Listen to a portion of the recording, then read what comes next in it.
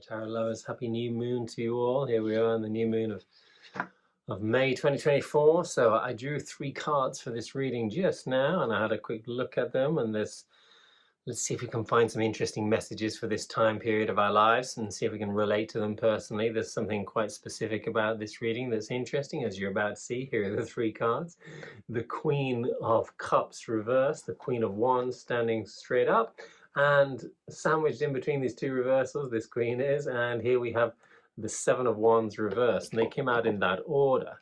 So with a 3-card reading, you know, we always look at certain dynamics. There's 2 wands coming up here, so there's going to be a lot of a message about purpose and a message about alignment with our heart and alignment with our truth, finding a little bit of fiery transformation, connecting to that passion a little bit more.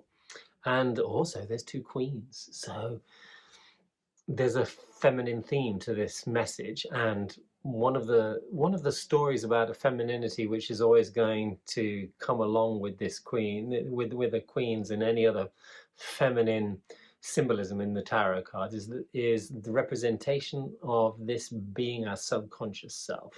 So the feminine represents our inner world, represents the masculine more the outer world, and the outer projection or the outward focused energy versus the inward focused energy. So it's an introverted, introspective, inwardly concentrated energy with this, with the feminine. And the feminine in the cups, in the world of cups, is going to be focused on how we feel, what we want, all of the desires that we have on an emotional level, and the emotional responses that our body is continuously having. This is part of the Queen of Cups message in general. She's always going to be talking about, how do I feel? What makes me feel good? What do I love more than anything else? What am I, you know, what excites me? What am I drawn towards? What do I want? And yet she's reversed, and part of this reversal is quite part of her reversed story can come out in different ways, but let's look at one specific way which it comes out. And this maybe is aligned with all of the mature court, the kings and the queens, when they're upside down, they will reflect a false level of maturity. And sometimes we do reflect a false level of maturity in our lives. I'm just looking at myself in the mirror. Yeah, excuse me for having this scratch. I had a fight with a hammer the other day.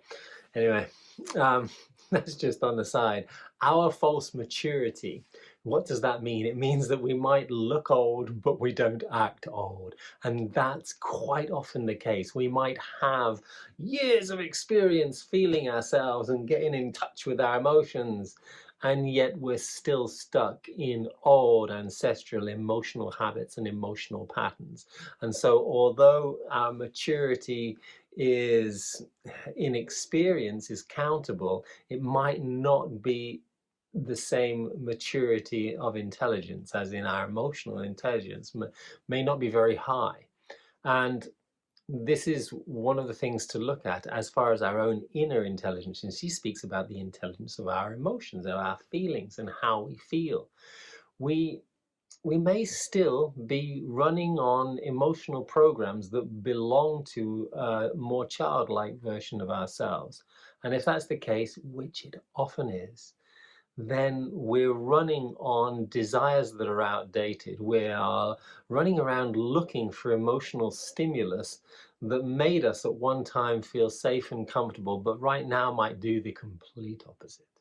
And this is quite often the case. And if we find that matches us right now, that we could definitely say, okay, yes, I'm feeling myself emotionally drawn or emotionally desiring things that are not that good for me, or that don't really match my passion, don't really match what my heart would be telling me to do, and yet I seem drawn to these people, drawn to these experiences, drawn to these circumstances in life, and I don't really understand why I seem to find myself with the same emotional challenges and the same emotional lessons coming up over and over and over and over again in a repetitive cycle type story. It doesn't seem to match the amount of years of maturity we might feel that we have in life. Anyway, this is part of this Queen's story. And the Queen of Wands is not really able to embody the passion or and stand up, and stand up for the wand that we have that makes us a little bit different and a little bit quirky. She's not really able to embody our inner confidence if we're still running on old emotional programs which make us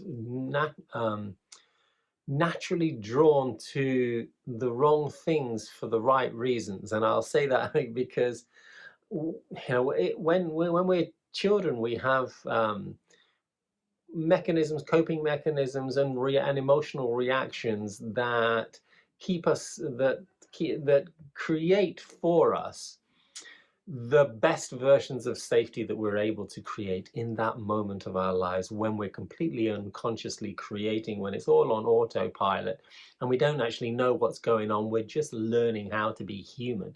And a lot of those those coping mechanisms and those programs and reactions that we have towards certain emotional stimulus in life become not only known but habitual, and not only habitual but they become part of our personality and part of our identity because of that. And so we end up acting out and looking for the similar emotional stimulus in our lives, which is not necessarily good for us right now as adults, but is known, comfortable, and understandable, and feels to a certain degree like home, because maybe that was the energy of home when we were growing up, and it might have been good on some fronts, but not always so good on another front, and that is really important to. That's really important to remember and keep in mind that a lot of the time we're running on these old programs, these old emotional programs, and this Queen is asking us to question, to become introspective, to dive in a little bit into why am I doing something? Why do I want this? Why am I looking for this again? What is the lesson here?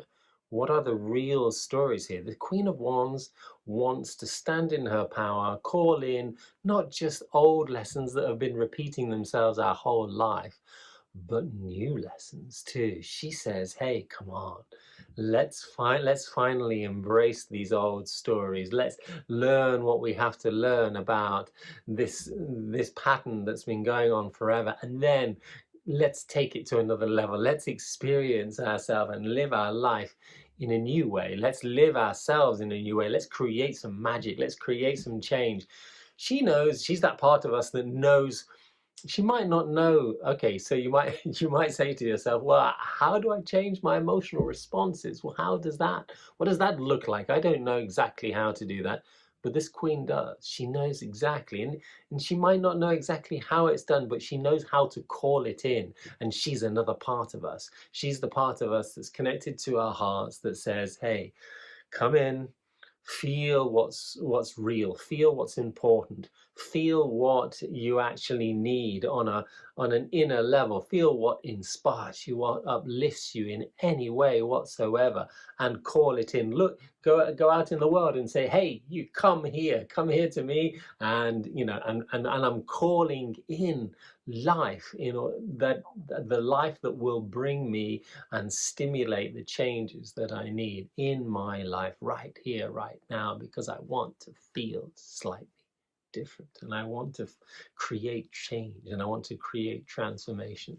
and I want to learn to trust my wand and stand up strong and know how to place boundaries to the energy around me, and understand how to do that in a healthy way, not in a fighty way, because when this is upside down, there can be sometimes a little bit of a struggle to stand up for your truth, because you're not really 100% sure, or you don't trust what your truth is, and that comes from feeling habitually connected to old emotional stimulating stories, which make us imagine that we need one thing when we don't, make us desire to walk in this direction unconsciously, zombie-like, without really recognizing that we're walking back into the same old story, and we're walking back into the same lesson that we haven't yet understood, haven't yet embodied fully, haven't yet learned completely about. And so there's an inner intelligence which these two queens are calling for, and the recognition that one queen, if we're all passionate and excited and we know what our spiritual purpose is in life, then great. And yet emotionally we're a little bit stuck and we're a little bit fearful because change hasn't become easy, because there's too much of our personality, too much of ourselves is built around old ways of reacting and acting to people and to places and to other emotional relationships in our lives, because this is going to be where a lot of the trials and the tests are with this Queen of Cups, in her, not just her inner relationships, but how that inner relationship plays out in outer relationships in the world. So she says, okay, I'm ready to ask for help. She says, this queen says, I'm ready to ask for help. And she asks on an inner level first, how do I find help? And this Queen of Wands says, look, we don't exactly know what help we need right now, but we do know how to ask for it properly. And she is the one that stands up like a sunflower and looks to the light and says, hey, there's the light. I can see the light over there. You know, come to me, come show me how to transform this old story. Show me how to become more mature, and show me how to stand strong about what I'm passionate about and create the boundaries that I need without conflict and without hassle in our life, in my life at least. Sure, there's tons more. There always is. Love to hear your comments as always. Love to hear what you might read into these three cards. If anything interesting comes up, throw me a comment down below.